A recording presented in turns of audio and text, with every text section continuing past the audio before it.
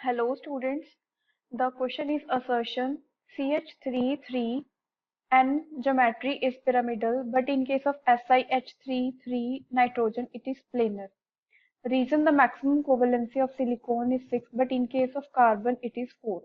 When we see the structure of these following compound, structure of first compound which is bonded with nitrogen and CH3 groups is like this, and this is an pyramidal structure. But in case of silicon, when we see the structure of the silicon, SiH3 nitrogen. In case of this, its structure is like nitrogen is bonded with silicon with and form structure like this, which is a planar structure. The reason for the difference in these two structures is that in case of the first, there is nitrogen and carbon are involved in the bonding, and these two involve only p orbitals in them. So that's why these cannot extend their covalency. But in case of nitrogen and silicon, silicon have the ability to extend its covalency because its general electronic configuration is ns2 np2. When we write the electronic configuration of silicon, it is 1s2, 2s2, 2p6, 3s2, 3p2. So when we draw the orbital structure of this in the form of excited state, then it can extend its covalency. If these electrons are also excited into the d orbital, then total silicon can form 6 bond with it. That means it can extend its covalency up to 6. That's why here nitrogen also provides its electron to silicon, and silicon have the ability to extend its covalency. That's why here back bonding is possible, and due to back bonding its planar structure is formed. So according to this, the assertion is true that this geometry is pyramidal, but the second geometry is the planar. And the reason is also true. The maximum covalency of silicon is 6, but that of carbon is 4. Why carbon is 4? Because it does not have p d orbital to extended covalency. So both assertion and reason are true, but reason is not the correct explanation. The basic reason is because carbon is insufficient to extended covalency because of absence of d orbitals. So the answer will be both assertion and reason is true, but the reason is not the correct explanation of the assertion. I hope you understand this question. Thank you very much.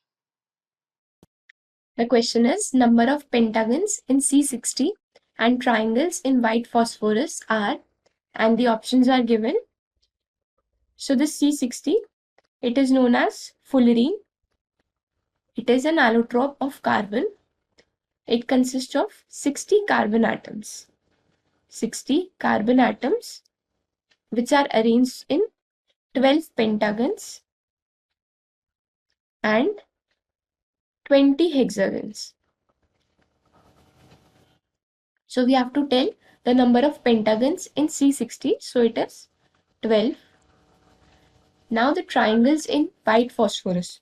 So the formula for white phosphorus, it is P4. In this, 4 phosphorus atoms are present which are arranged in tetrahedral structure. Tetrahedral structure. And this molecule of P4, it consists of 6 phosphorus single bonds. So if we draw the structure of this P4 molecule, so it will be these phosphorus atoms. They are arranged like this in a tetrahedral form. All the phosphorus atoms, they are joined together by a single bond. Now we have to count the number of triangles in this. So this is the first triangle. Now the second one. So this is the second one.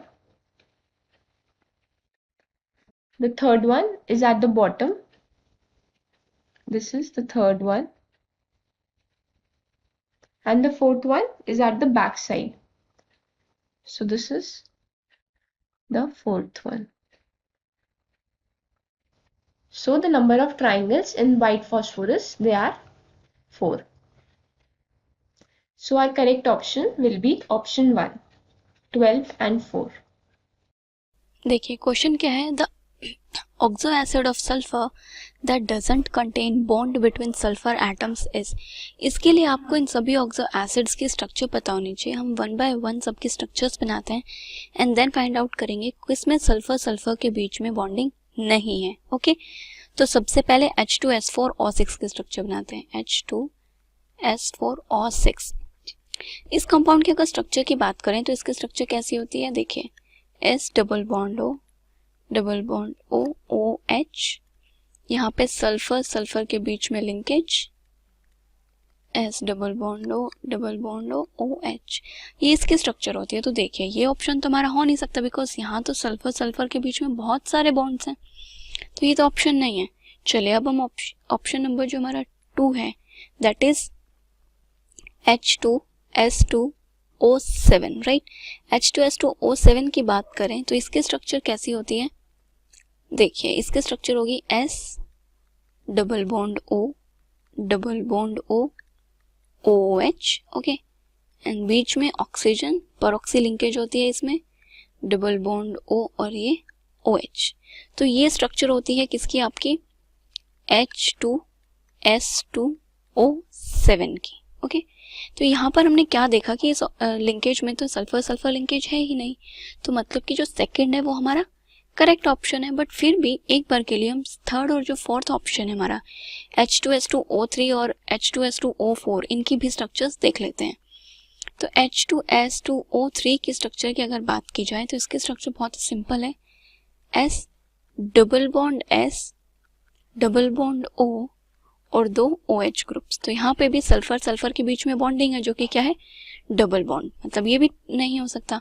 Last क्या है H2S2O4, तो यहाँ पे इनके बीच में कैसा bond होता है, सल्फर सल्फर के बीच में double bond and then double bond between oxygens and ये OH। तो इस ऑप्शन में भी सल्फर सल्फर के बीच में बॉन्ड्स हैं, तो जो करेक्ट ऑप्शन है इसका वो है ऑप्शन नंबर 2 जिसमें सल्फर सल्फर के बीच में कोई भी बॉन्डिंग नहीं है।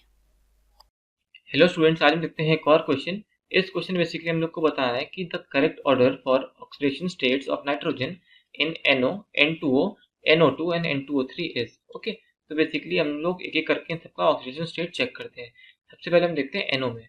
तो NO में हमारा तो बेसिकली नाइट्रोजन का होगा, उसको X माने तो ऑक्सीजन का हमारा क्या होगा यहाँ पे -2 और टोटल मॉलिक्यूल न्यूट्रल है इक्वल टू 0, तो X हमारा कितना आ गया यहाँ पे +2 आ गया। अगर हम बात करें N2O में तो बेसिकली हम देख सकते हैं कि यहाँ पर नाइट्रोजन के 2 एटम प्रेजेंट है, इसलिए 2 × X और ऑक्सीजन का सेम -2 = 0। X यहाँ पे हमारा कितना आ गया +1 आ गया। ओके नेक्स्ट है हमारा NO2, इसमें हमारा सिमिलरली X और यहाँ पे ऑक्सीजन की 2 एटम्स है इसलिए 2 × 2 = 0, यानी कि X हमारा कितना आ गया यहाँ पे +4। और N2O3 में हम देखें अगर ऑक्सीडेशन स्टेट तो बेसिकली 2X - 2 × 3 = 0 और X = +3।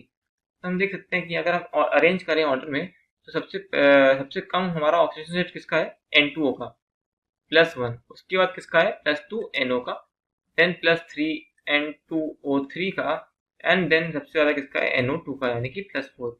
तो अगर हम अपने ऑप्शन चेक करें तो सब हमारा आंसर कौन सा आना चाहिए, N2O, NO, N2O3 and NO2, यानी कि हमारा option number 3 is the correct answer. I hope you get it, thank you. Question है यहाँ पे बोल रहे the pair that contains 2 pH bonds in each of the oxo acids is. कौन सा पेयर है जिसमें आपके दोनों ऑक्सो एसिड्स में क्या प्रेजेंट है, 2 pH बॉन्ड्स प्रेजेंट हैं, ठीक है। अब देखिए यहाँ पे आपके जो ऑक्सो एसिड्स हैं वो कौन कौन से हैं, एक है आपका H3PO2, एक है H3PO3। हम इन सभी के स्ट्रक्चर्स बना लेते हैं। तो ये हो जाएगा आपका P double bond O OH H और H।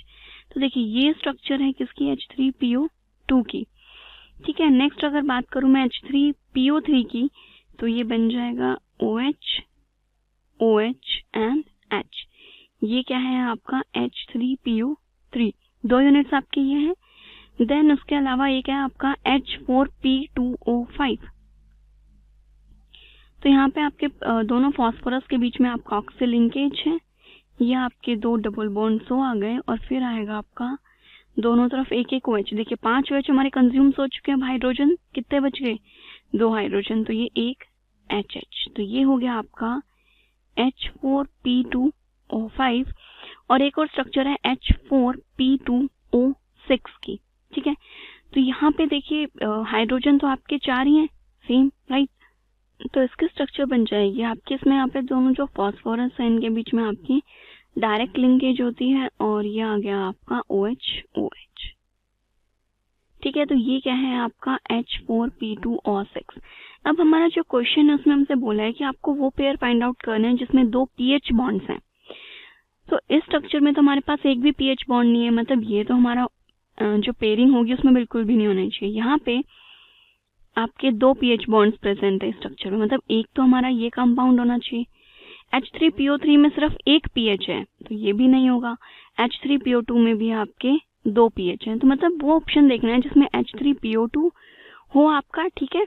और नेक्स्ट आपका क्या हो, H4P2O5, ये दोनों चीजें होनी चाहिए। तो देखिए B option H3PO2 and H4P2O5, तो जो बी ऑप्शन है ये इसका राइट आंसर है।